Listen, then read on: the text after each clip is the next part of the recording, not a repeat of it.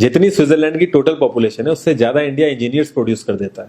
उसके बाद भी रिसर्च एंड इनोवेशन में स्विट्जरलैंड नंबर 1 पे है। इंडिपेंडेंस के बाद से रिपब्लिक ऑफ इंडिया ने 0 नोबेल लॉरिएट्स प्रोड्यूस किए इन साइंस।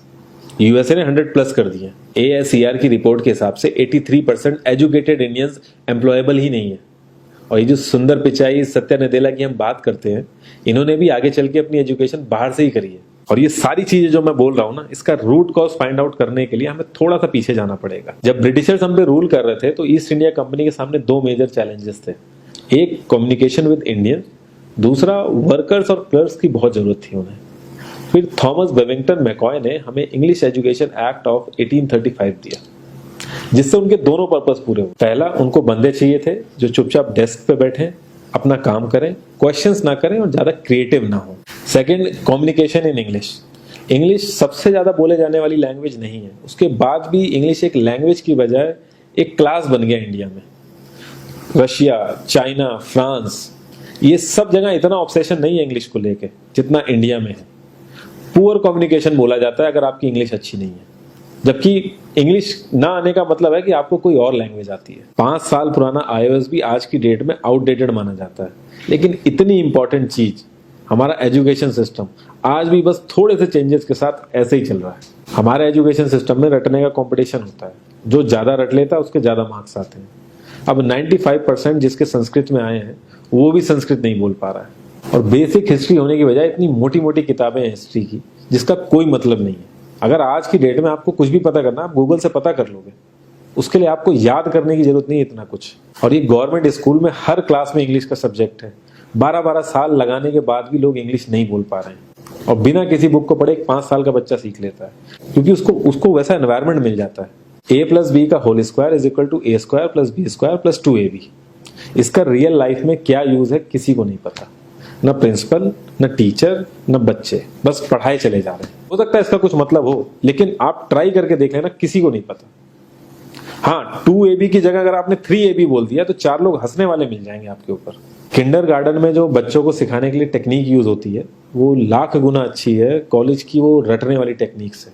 और जिन बच्चों के बहुत ज्यादा नंबर आते हैं ना, जो वो छुपा छुपा के एग्जाम में लिखते हैं, आप देखोगे जब वो रियल लाइफ में जाते हैं ना तो ज्यादातर क्रम्बल करते हैं वो। हर किसी को सेम सिलेबस और सेम चीज सिखाई जाती है बिना उसकी कैपेबिलिटी देखे। और क्रिएटिविटी का तो दूर दूर तक मतलब नहीं होता। अब एक लाइन से आप शेर, मछली, सांप, हाथी सबको लाइन से खड़ा कर दो और उनसे कहो पेड़ पे चढ़ो, उनको तो जिंदगी भर यही लगेगा ना कि वो तो किसी काबिल ही नहीं है। और द्रोणाचार्य ने भी पांडवों को उनकी स्किल सेट के हिसाब से उनको चीजें सिखाई, सबको एक ही चीज नहीं सिखा दी। और हमारे एजुकेशन सिस्टम में ज्यादा ऑप्शंस भी नहीं है। सबसे ऊपर साइंस, फिर कॉमर्स, और सबसे नीचे जाके कहीं नंबर आता है आर्ट्स का। आर्ट्स लेने वाले को तो लोग इतना हल्के में लेते हैं जैसे वो किसी काम का ही नहीं है। हर माँ बाप को तो इंजीनियर या डॉक्टर ही बनाना है। कॉलेज वाले अगर एक्स्ट्रा कोर्स रख भी देते हैं तो माँ बाप एंट्री नहीं कराएंगे, तो वो सारा पैसा बर्बाद होगा कॉलेज का। तो ऑप्शंस कहाँ से आएंगे? और बचपन से ही आपकी ट्रेनिंग स्टार्ट हो जाती है। माँ बाप, भाई बहन, रिलेटिव सब यही समझाते हैं अगर आपके मार्क्स नहीं आए और जॉब नहीं लगी तो आपकी जिंदगी बेकार। और लाइफ की क्रिएटिविटी को आप रखते हो साइड में, और ये अच्छे मार्क्स और अच्छी जॉब पाना आपका सपना बन जाता है। अब ये सपना पूरा हो जाता है तो बहुत बढ़िया है, दूसरे को जेलस फील कराओगे, नीचा फील कराओगे। और इस छोटी सी उम्र में अगर सपना टूट जाता है तो सेल्फ डाउट में आ जाओगे।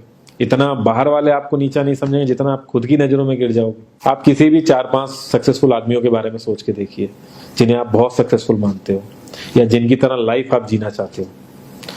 मैं ये कह सकता हूं कि वो इस एजुकेशन सिस्टम की वजह से तो सक्सेसफुल नहीं होंगे, चाहे वो जो भी हो। धीरू भाई अंबानी, विराट कोहली, आमिर खान, नरेंद्र मोदी, ये सब हमारे इस करंट एजुकेशन सिस्टम के ट्रैप में नहीं फंसे। इन्होंने खुद सीखा, खुद एजुकेट हुए और खुद आगे बढ़े। किसी कंपनी के सीईओ को अगर ये कहा जाए कि आप अपनी कंपनी के सारे डिपार्टमेंट में इंटरव्यू दीजिए, तो कोई गारंटी नहीं है कि वो सारे डिपार्टमेंट के इंटरव्यू निकाल लेगा।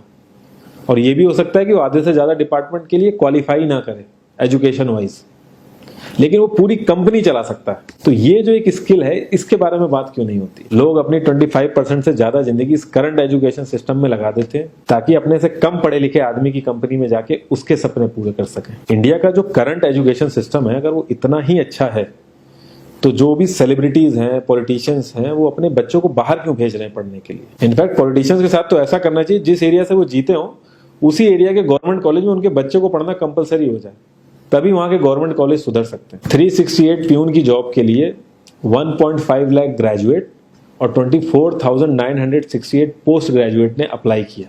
मैं IAS PCS की तो बात नहीं करता हूँ, वो तो एक पैशन की बात होती है, लेकिन कुछ लोग 5-5, 6-6 साल से तैयारी कर रहे हैं कि कोई भी गवर्नमेंट जॉब मिल जाए उन्हें। उनसे पूछोगे क्यों ऐसे इतने टाइम से लगे हुए हो, तो वो एक ही चीज़ बोलेंगे कि जॉब सिक्योर है। मतलब आप काम नहीं भी करोगे तो आपको निकाला नहीं जाएगा। ये सारी कामचोरी वाली बातें माइंड में इसीलिए आती हैं क्योंकि हमारा जो करंट एजुकेशन सिस्टम है वो इतना कॉन्फिडेंस ही नहीं देता है कि हम अपनी स्किल के दम पे कहीं जाके काम करें और हमें निकलने का डर ना हो। मैं आने वाले 10 साल की तो बात ही नहीं कर रहा हूँ, अगर मैं आने वाले 5 साल की भी बात करूँ तो टेक्नोलॉजीज में इतना ज़्यादा चेंजेस आ जाएगा कि जो आज हम पढ़ रहे हैं, जिस स्किल पे हम फोकस कर रहे हैं, पता नहीं वो रेलेवेंट भी होगी कि नहीं उस समय। Cloud computing, SEO, digital marketing, ये सब जॉब्स पहले एग्जिस्ट ही नहीं करती थी। हम लोगों को एजाइल होना पड़ेगा, नई नई चीज़ों को सीखने के लिए ओपन रहना पड़ेगा, क्रिएटिव माइंड लगाना पड़ेगा।